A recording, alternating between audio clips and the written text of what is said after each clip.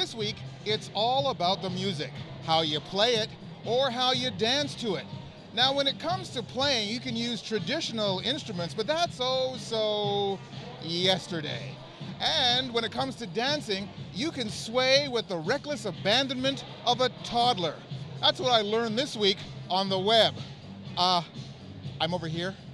A few weeks ago, we shared with you the musical talents of Dan Newbie as he played the theme song to Game of Thrones on wine glasses, pans, and a water jug.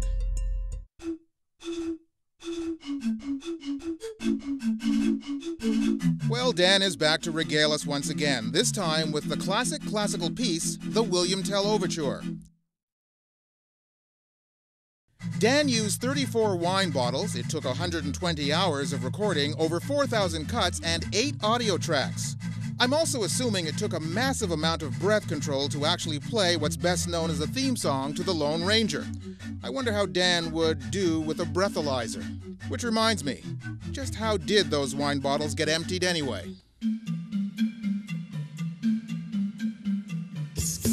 Speaking of musical alcohol bottles, these are the Bottle Boys.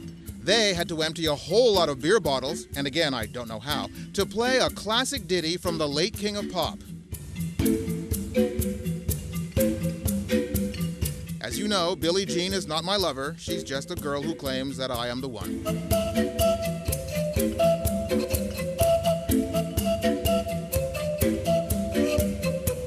Like Dan Newbie, the Bottle Boys have a previous repertoire of breathy tunes that have gone viral. Perhaps you can give a listen to them while you have a brew.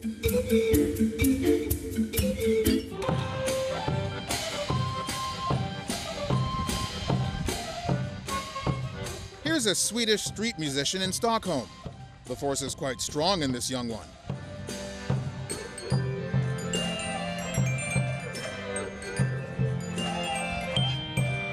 Some folks are just walking by him, ignoring him. Others are recording his musical talents as he performs the Star Wars theme song. So I suspect there are other copies of his act from different angles around the galaxy.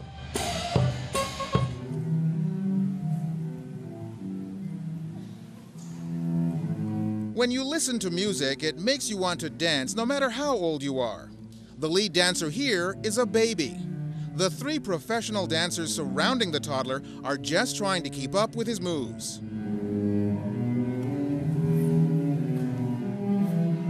What a limber choreographer he is. I'm sure he has a future in the musical arts, even if later he turns to the bottle.